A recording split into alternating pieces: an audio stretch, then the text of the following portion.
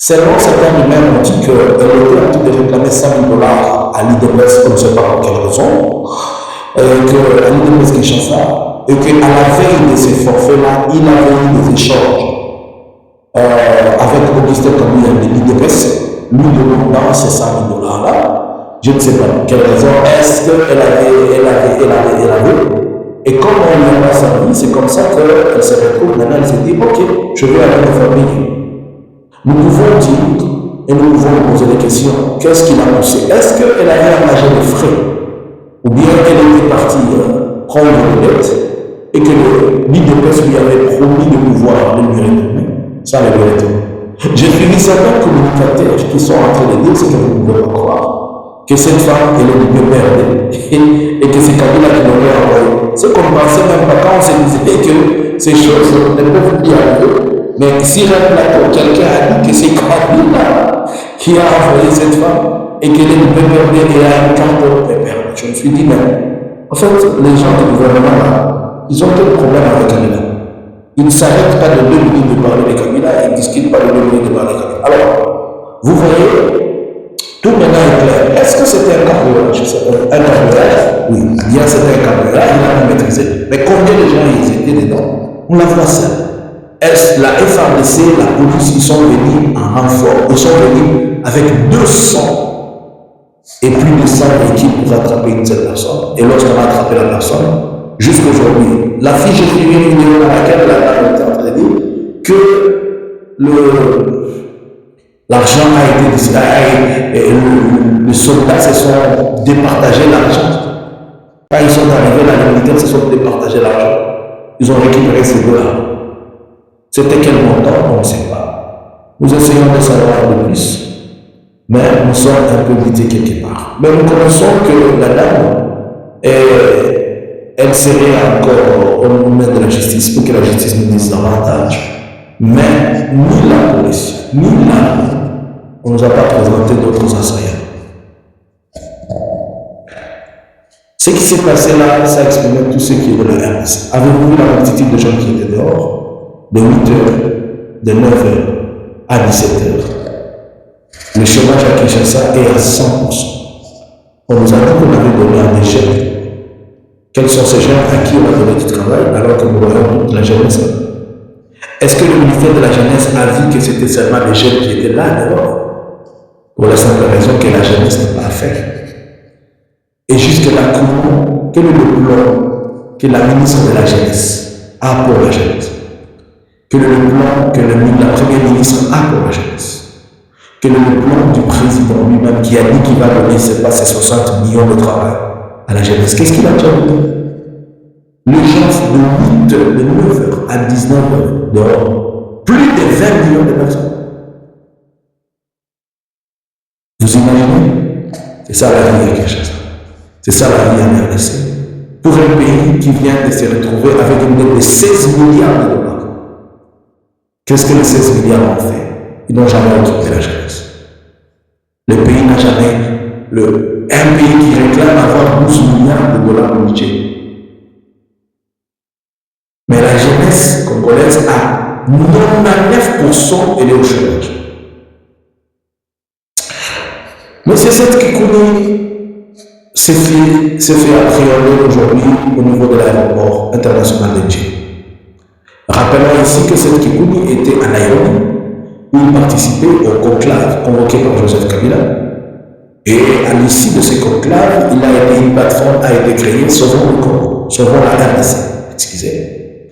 Et à l'issue, à la fin, c'est lui qui avait dit de communiquer de Sauvons la RDC. Sachant que c'est un jeune, et tous les vieux ne veulent pas voir le jeune se tenir debout, puisqu'il veut que ce soit le vieux qui continue à tenir la jeunesse comme étant une jeunesse esclave. Il vient qu'il avait déjà eu de menaces, mais il a dit qu'il devait rentrer quand même à Kinshasa. Rappelons ici qui est Seth Kikouni. Seth Kikouni, c'est un homme d'affaires congolais, aussi politicien, né un certain 14 décembre 1981.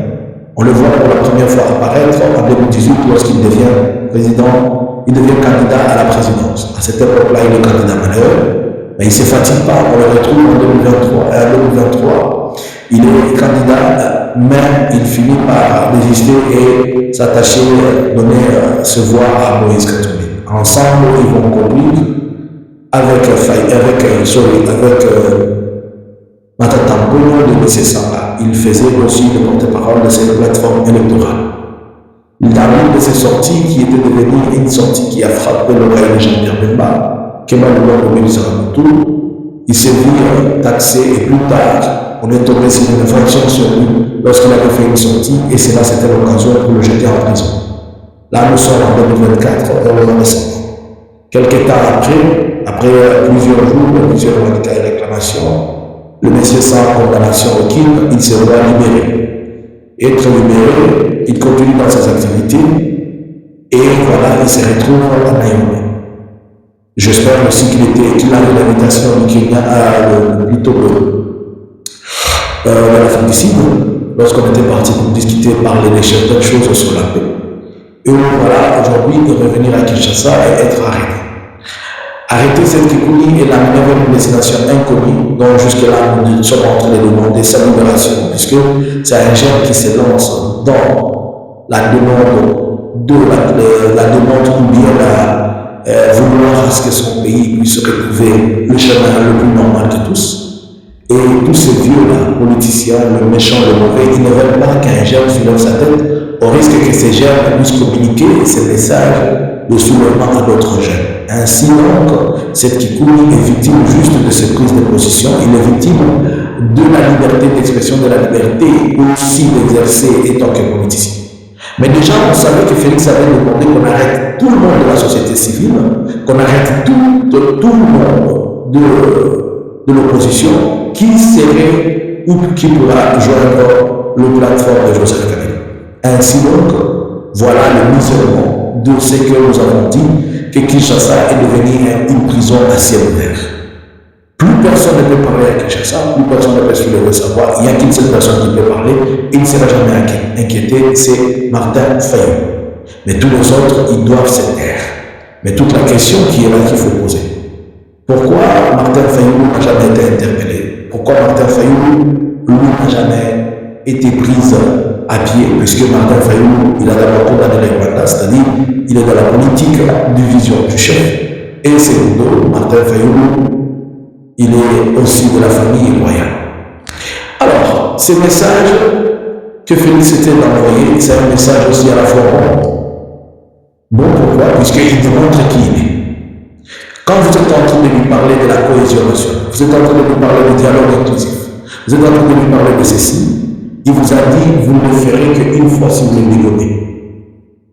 Il montre ses aspects dictatoriaux en tout et pour tout. Je crois, et vous le savez, et nous le savons tous, que la seule version des faits qui affecte et qui touche Félix, c'est quand on parle de la vérité. Lorsqu'on parle de choses qui sont vraies comme ça, discuter à nous, ça marche. Alors, qu'est-ce qui va arriver à cette Kikouni? On va lui coller un procès là. On va encore l'amener en prison. On va faire tout ce qu'on veut faire. Quelle est son infraction? D'avoir été à côté de Joseph Kabila. Maintenant, je me pose une question et je vais poser. Si Kabila est condamné à mort, mes deux questions sont là. Si Kabila est condamné à mort, et que l'AFC est en discussion avec le gouvernement, et qu'au niveau de Doha, on a signé un accord avec l'AFC, et que Kabila serait le chef de l'AFC, c'est-à-dire le gouvernement congolais a signé un accord avec Joseph Kabila, puisque c'est lui le chef. Alors, s'il a signé un accord avec Joseph Kabila, il condamne Joseph Kabila comme étant le chef de l'AFC. Bienvenue sur Lingala News Vérité na Vérité Contact, nous sommes là.